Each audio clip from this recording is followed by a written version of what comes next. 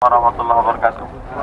Bapak Ibu yang dimuliakan Allah, Nabi Shallallahu Alaihi Wasallam keluar dari rumah Kamis malam Jumat, pas malam ini. Iya. Kamis pagi rapat orang kafir Quraisy. Bagaimana cara kita membunuh Muhammad? Sholat zuhur, Nabi pun ke rumah Abu Bakar. Abu Bakar, nanti malam kita hijrah.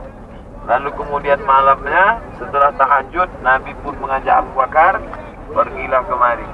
Lalu kemudian itulah ayat yang menceritakan waja'alna min baini aydihim saddaw wa min khalfihim saddaw fa aghshaynahum, kami tutup mata mereka fahum la yubsirun, mereka tak bisa menengok Nabi.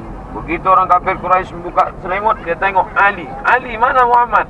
Kata Ali, saya tak tahu. Nabi sudah naik ke atas bersama Abu Bakar Siddiq, tidak pakai lampu. Malam-malam jam 2 malam naik ke atas. 3 malam mereka menginap di sini. Malam Jumat, malam Sabtu, malam Ahad. 3 malam. Malam Jumat, malam Sabtu, malam Ahad. Gua tu gelap. Gelap, tak tahu, tak ada ular, tak ada singa tidur.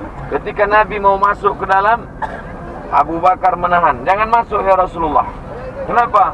Boleh jadi ada ular berbisa di dalam. Maka setelah itu Abu Bakar membersihkan. Setelah aman, tak ada apa-apa, barulah Nabi masuk ke dalam. Duduklah Abu Bakar di dalam. Abu Bakar bersandar ke dinding. Abu Bakar meluruskan kakinya, dan Nabi tidur di pangkuan Abu Bakar Siddiq. Saya dekat dengan Ustaz Rahman ini, belum pernah lagi tidur di pangkuan beliau. Tapi Nabi malam itu tidur di pangkuan Abu Bakar Siddiq. Pas tengah malam tiba-tiba menetes air. Nabi bertanya, air apa ini Abu Bakar? Rupanya air mata Abu Bakar menetes. Kenapa engkau menangis? Kaki Abu Bakar disengat binatang berbisa. Kenapa tak kau gerakkan kakimu Abu Bakar? Aku takut engkau terbangun dari tidurmu ya Rasulullah. Itulah malam Senin, malam Jumat, malam Sabtu, malam Ahad, Ahad, malam Senin, barulah mereka berangkat. Yang membawa berita dari kota Makkah naik ke atas namanya Abdullah. Yang membawa makanan naik ke atas namanya Asma. Yang pura-pura mengembala kambing di bawah, nanti kalau ada musuh kasih kode ke atas, namanya Amir bin Fuhairah. Yang pura tidur di tempat tidur Nabi namanya Ali bin Abi Thalib. Yang menemani di atas namanya Abu Bakar Siddiq.